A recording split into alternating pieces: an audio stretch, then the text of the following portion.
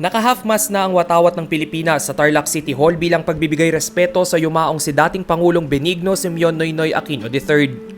Kahapon, as soon as we heard the news about his untimely demise, nagpa-half-mast na po tayo dito sa City Hall and nagpagawa na po tayo ng mga tarpaulins showing our condolence and deepest sympathy to our late President. Bukod sa pagiging Tarlakenyo, naging malapit din si Pinoy at ang kanyang pamilya kay Tarlac City Mayor Christy Angeles na nooy volunteer secretary ng kanyang ina na si dating Pangulong Corazon Aquino.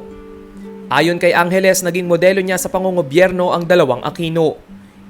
Inspirasyon niyang maituturing ang walang sawang pagtulong ng dating Pangulo lalo na sa mga kapuspalad. Nag-start ito when Ma'am Cory stepped down from the presidency in 1993 and she came here to Tarlac to organize the Piso't Puso Tarlac Foundation. Mula 1998 hanggang 2007 ay ginugol ni Aquino ang kanyang panahon bilang kinatawan sa ikalawang distrito ng Tarlac. 2007 din nang maihalal siya bilang senador ng Pilipinas. 3 taon nang lumipas, naging ika-15 Pangulo ng bansa ang Tarlakenyong si Pinoy. Rainiel Pawid, CLTV News.